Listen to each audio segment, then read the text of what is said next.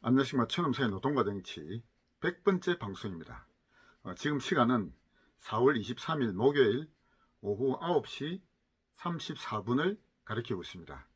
제가 제 유튜브 첫 방송을 한 것이 작년 12월 9일이었거든요. 4개월 보름이 지났습니다. 4개월 보름 만에 100번째 방송을 하게 되었습니다. 제가 100번째 방송을 한 기념으로 이 방송에서는 소위 자유우파 진영의 어떤 최종 목표와 전략 전술이라 그럴까요? 그것을 뭐 그동안 제가 앞 방송에서 여러 번 말씀드렸습니다만 그걸 최종적으로 좀 요약해서 한번 정리해서 말씀드리는 그런 시간을 가지도록 하겠습니다. 이번 4월 총선에서 우파 진영이 참패를 했죠. 네, 참패를 했기 때문에 참 실망하고 참 분노하고 뭐 이런 감정을 느끼는 분이 많겠습니다만, 어쨌든 뭐 새로 다시 출발해야 되겠다 이런 마음을 가집니다. 그런데 이제 그런 출발을 하면서 우리가 어떤 방향으로 가야 될 것인지에 대해서 그동안 제가 쭉 방송했던 것 다시 한번 요약해서 말씀드리도록 하겠습니다. 저는 이제 지금 현재 시기를 그 이데올로기 전쟁, 이념 전쟁, 체제 전쟁의 시기다라고 제가 보고 있다고 말씀드렸습니다. 그래서 이런 그 이념 전쟁, 체제 전쟁에서 승리하기 위해서는 이념에 대한 제대로 된 학습을 하는 것이 가장 시급한 과제라고 생각합니다. 그래서 각자 그 출발은 어디서 해야 될 것이냐, 소위 좌파와 우파를 어떻게 구별할 것인가 하는 데서부터 출발되어야 한다고 봅니다. 뭐 우리가 좌파 우파 이렇게 뭐 말은만 하죠. 제가 앞 방송에서도 말씀드렸습니다만, 제가 생각하는 좌파 우파의 구별하는 기준은 그렇습니다. 좌파는 개인보다는 공동체의 가치를 우선시하는 것이고, 우파는 개인을 더 공동체보다 우선시하는 가치다라고 생각합니다.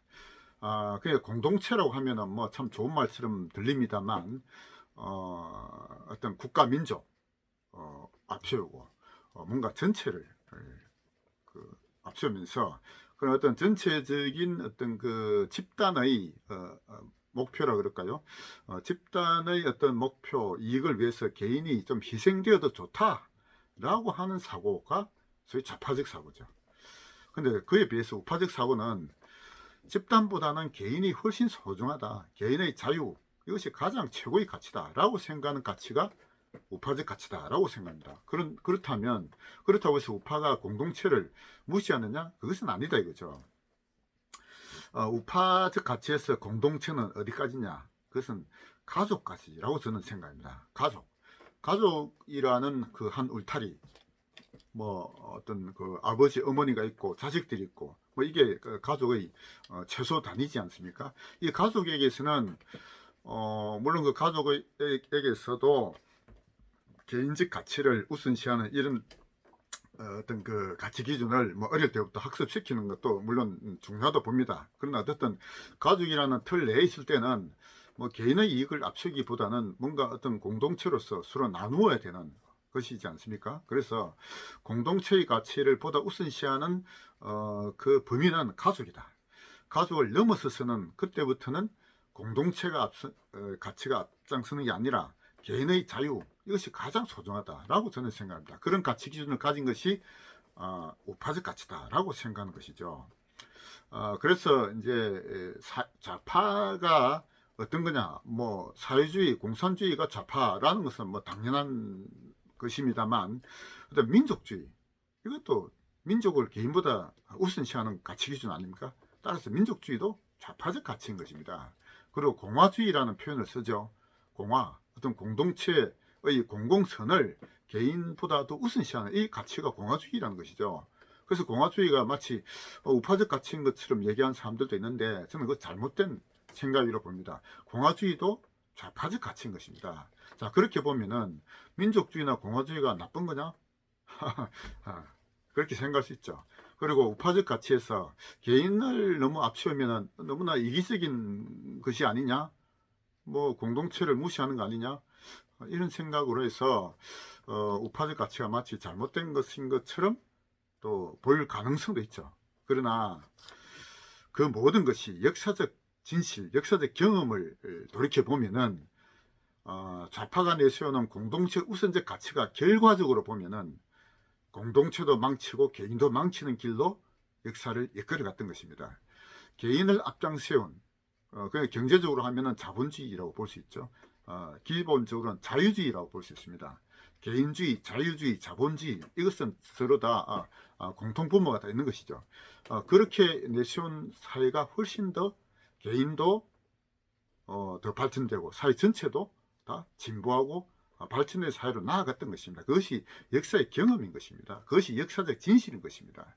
따라서 좌파와 우파 어느 것이 좋냐 나쁘냐 따질 때 이론만 가지고 얘기해 가지고는 결코 답이 나오지 않습니다. 역사적 진실을 보자 이것이죠. 예, 그래서 인류의 역사적 경험을 이렇게 비춰봤을 때 우파적 가치가 훨씬 더 인간적이다라고 저는 봅니다. 보통 좌파적 가치를 어릴 때 혹은 젊을 때 가졌던 사람들이 많죠. 뭐 저 자신도 그렇습니다만 그들의 출발점은 무엇이냐? 휴머니즘이라고 저는 봅니다. 어떤 억압받는, 어떤 차별받는 소수, 약자, 그들에 대한 어떤 동감이라 그럴까요?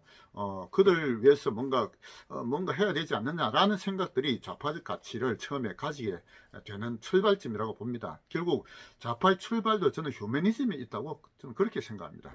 과거에 공산주의, 사회주의를 초창기에 부르짖었던 인물도 다 그런 출발점은 동일한 데서 출발했다고 봅니다. 그래서 그 이론이 수많은 젊은이들의 가슴에 불을 질리지 않습니까? 그러나 역사적 진실은 그렇게 해서 그들이 공산혁명을 성공하고 나서 그 다음이 문제가 됐죠. 그들이 배급 권력을 장악함에 따라서 그들은 초창기 가졌던 휴머니즘을 잃어버렸던 것입니다. 오히려 배급 권력을 장악하면서 그들은 그런 새로운 이익 집단이 되었던 것이죠. 그렇게 하면서 수많은 인민 대중을 굶겨 죽이고 가둬 죽이고 이렇게 실제로 살해했던 그 정권이 그런 전체주의적 공산사회였던 것입니다. 그것이 역사에서 이미 다 증명되었던 것인데 유독 이 한반도에서 그런 역사적 진실에 대해서 너무나 모르는 이 우매한 참 우리 국민들에 의해서 이런 좌파가 지금 집권하고 있는 이런 세상이 되었죠. 참 통탄하지 않을 수 없습니다.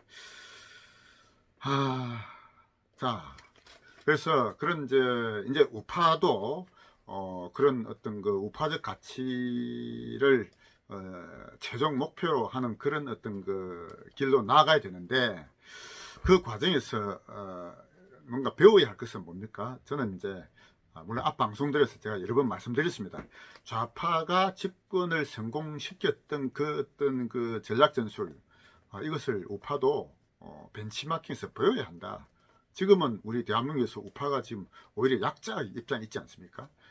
그를 좌파가 그야말로 6.25 전쟁 때 완전히 없어지는데 그 뿌리가 남아서 이거 슬금슬금 나타나서 지금은 오히려 정권을 장악한 이런 지금 세상이 되었죠. 지금은 우파가 약자인 입장입니다. 그래서 다시 우리가 정권을 잡기 위해서는 그들이 했던 전략 전술 제대로 배워서 벤치마킹 해야 되겠다라고 저는 생각하는 것입니다. 자, 소위 좌파 중에서 뭐 최고의 그 좌파는 공산주의라고 볼 수 있죠. 공산주의자들이 내세웠던 것은 뭡니까? 최종 목표 공산사회의 건설이었습니다. 공산사회는 어떤 것이냐? 억압과 차별, 착취가 없는 지상낙원을 그들은 꿈꿨죠. 자, 역으로 우리 우파가 내세우는 건 뭡니까? 자유사회라고 저는 봅니다. 자유사회는 무엇이냐? 개인이 타고난 가능성, 잠재력을 최대한 마음껏 발휘하고 죽을 수 있는 사회. 저는 그것을 자유사회라고 내세우고 싶습니다. 자, 공산주의자들은 공산사회를 이루기 위해서 그들은 공산혁명을 내세웠습니다. 우리 우파도 자유사회를 건설하기 위한 자유혁명을 내세우자 이거죠. 그들은 공산혁명가 조직이 있었습니다. 우리 우파도 자유혁명가 조직을 만들어야 되겠다라는 것입니다. 그들은 전략전술로서 채택했던 것이 통일전선 전략이었습니다. 우리 우파도 통일전선 전략과 유사한 대연대 전략을 구사해야 되겠다라고 생각합니다. 그리고 좌파는 전술적 개념으로 프레임 전술과 기만 전술을 채택했습니다.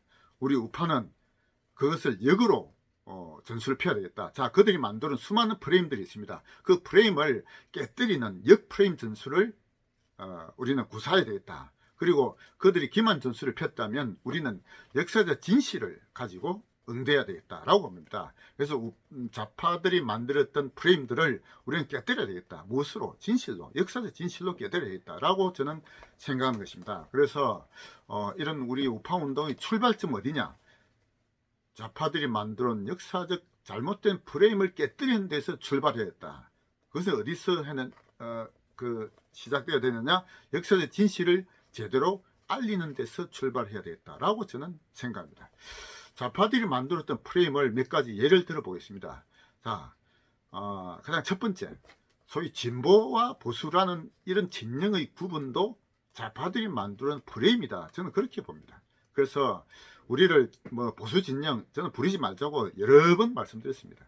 진보와 보수라는 어떤 구분하는 것 자체가 좌파들이 만드는 프레임에 지고 들어간다라고 저는 생각합니다.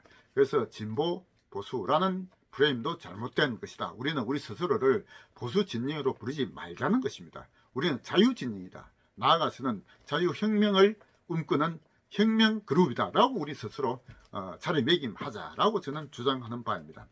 자, 두 번째, 잘못된, 특히 우리 대한민국에서 잘못된 프레임들이 참으로 많습니다. 몇 가지 프레임들이 지금 많이 바로 잡아진 것도 있지만 아직도 여전히 먹히 들어오는 프레임들이 있거든요. 자, 예를 몇 가지 들어보겠습니다. 첫째, 김일성은 항일 독립 무장투쟁을 했던 독립 영웅이다라는 것도 하나의 프레임이에요. 그 프레임을 지금 우리 대한민국 좌파들은 지금 그것을 믿고 있습니다. 예. 그러다 보니까 북한이 참 민족의 정통성, 독립운동의 정통성을 가진 나라고, 남한은 친일파들이 만든 잘못된 정통성이 없는 진영이다라고 그런 프레임을 갖고 있지 않습니까? 그래서 김일성이 과연 항일 독립 무장투쟁을 했던 그런 어떤 영웅이냐? 다 거짓된 날조된 것이죠. 그것을 제대로 다시 역사의 진실을 바로 잡아야 되겠다는 것입니다. 또 그리고 이제 가지고 있는 프레임은 이승만과 박정희는 친일파로서 친일 독재자였다. 이런 것도 하나의 프레임이죠. 이것은 이제 우파 진영에서는 상당히 많이 좀 개선되고 바로잡아지 가고는 있습니다만 그러나 그것도 아직도 좌파들은 그런 프레임을 철저히 지금 가지고 있는 것이죠. 그리고 또 하나의 프레임은 이제 우리 뭡니까 미군정 시기에 김구와 이승만을 구분하지 않습니까? 김구는 그러니까 이승만은 남한의 단독 선거를 함으로 해서 남북 분단을 야기시킨 분단의 책임자다라고 하면서 김구는 남한의 단독 선거를 반대하고 북한에 가서 김일성과 함께 민족 통일을 지향했던 참다운 어떤 통일 역군이다. 이런 프레임도 있지 않습니까? 그것도 잘못된 것이죠. 예, 그런 어떤 프레임도 깨뜨려야 됩니다. 그리고 제가 이제 이것은 가장 강조하는 것입니다만 전두환에 대한 것도 어마어마하게 잘못된 프레임을 가지고 있습니다. 이건 우파 진영에서도 역시 마찬가지죠. 전두환은 경제도 모르고 동족을 학살한 살인마다 이런 프레임을 가지고 있지 않습니까? 예, 이것도 잘못된 프레임이다. 이것도 깨뜨려야 됩니다. 그리고 이제 그것 말고도 우리 역사에 대해서, 특히 우리 근대사에 대해서 잘못된 프레임들이 아주 많습니다. 예, 그것들을 제대로 역사적 진실을 이렇게 바라보면서 제대로 좀 바로잡아야 겠다라고 생각하는 것입니다. 그리고 이제 자유혁명을 추진하는 자유혁명가 이제 조직, 제가 그런 말씀 드리는데요. 자유혁명에는 두 가지 단계가 있다. 첫 번째 단계는 정신혁명, 그건 개인의 차원이죠. 개인의 자기 내면을 들여다보면서 자기 자신이 타고난 어떤 잠재력, 가능성이 뭔지 기독교적 표현을 빌리자면 하나님으로부터 부여받은 소명이 무엇인지를 깨닫는 과정이죠. 그런 정신혁명을 개개인마다 거쳐야 합니다.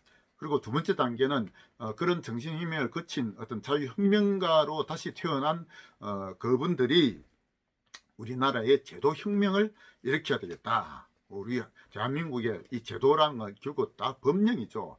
헌법부터 시작해서 어떤 개인의 자유와 기업의 창의를 억누르는 어떤 그런 억압적인 어떤 그런 요소들이 얼마나 많습니까? 그것을 뿌리째 뽑아버려야 되겠다. 그런 제도혁명을 해야 된다라고 생각합니다. 그래서 그런 자유혁명가의 자세, 뭡니까, 주사파의 대부라고 하는 김영환이 과거에 그런 강철 서신을 통해서 그런 공산혁명가의 그 품성론을 제기한 바가 있거든요. 저도 자유혁명가의 품성을 좀 제기하고자 합니다. 제가 앞 방송에서 말씀드렸습니다만 두 가지를 저는 말씀드립니다. 첫째, 오직 진실. 기독교인들이 오직 성경이라는 말씀 하지 않습니까? 저도 자유혁명가는 오직 진실, 이것이 가장 중요한 자세라고 봅니다. 결코 거짓과 타협해서는 안 된다고 봅니다. 진실만이 자유로 가는 가장 중요한 수단이다라고 저는 생각합니다. 그래서 자유혁명가는 진실에 복종하는, 철저하게 복종하는 그런 자세를 가져야 되겠다라고 제가 보는 것이고요. 그런 관점에서 박근혜 탄핵도 바라보아야 한다라고 생각합니다. 그리고 자유혁명가가 가져야 되는 두 번째 자세는 겸허한 자세가 되어야 된다. 겸손하고 마음을 비우는 자세가 되어야 된다. 소위 좌파의 지도자는 오류가 없이 모든 것이 좌파의 지도자와 당은 오류가 있으면 안 되죠. 그래서 그에 반대하고 비판하는 모든 세력을 다 제거하고 숙청했지 않습니까? 그러나 우파의 지도자는 그렇게 해서는 결코 안 된다는 것입니다.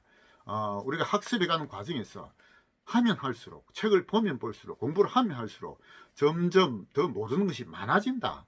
이것을 깨달아야 되는 것이죠. 한 번의 깨달음으로 모든 걸 다 알았다?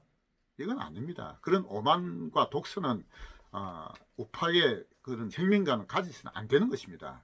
뭐 종교 지도자는 그런 얘기들 종종 하지 않습니까? 한 번의 깨달음, 한 번의 믿음으로 모든 것이 다 사해진다?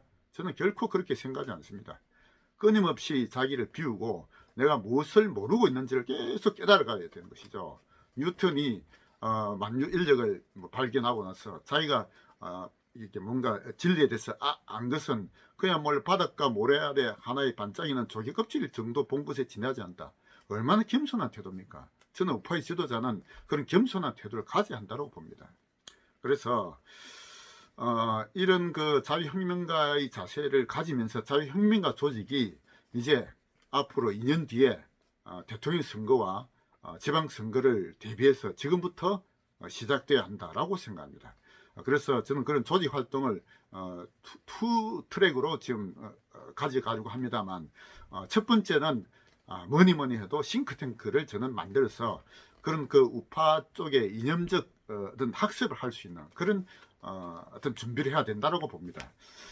과거 지난 작년부터 뭐 수많이 그 광장에서 태극기를 들고 문재인 반대 뭐 이렇게 외쳤던 그 어떤 그런 만세운동 같은 그런 어떤 시위 방식 가지고는 이제 안 되겠다 이거죠. 예, 그래서 태극기 세력을 저는 학습 조직으로 전환해야만 이 우파의 혁명이, 자유혁명이 성공할 수 있다라고 생각합니다. 그런 싱크탱크에서 할 일은 적어도 한 달 한 번 이상 시민 정치 학습을 해야 된다라고 생각합니다. 2년 뒤에 나올 출마할 지방의 시장 후보들, 각 구청장 후보들, 뭐 이런 후보들 있지 않습니까? 그들을 불러서 발표시키고 토론시키고 하면서 시민들 앞에 나서서 뭔가 검증받은 인물을 다음에 우파의 지도자로 우리가 추천해야 되겠다라고 생각하는 것이죠. 그리고 또 하나의 조직은 선거구별로, 국회의원 선거구별로 어떤 시민 조직을 확산해 가야 되겠다라고 생각합니다. 그래서 그런 싱크탱크에서 만들어진 어떤 이념적 그런 팜플렛이나 이런 자료들을 가지고 실제로 선거구별로 시민 조직이 만들어지고 거기에서 실제로 학습 조직화 되어가는 그런 과정이 앞으로 우파가 가야 될 어떤 조직 활동이다라고 생각합니다. 감사합니다.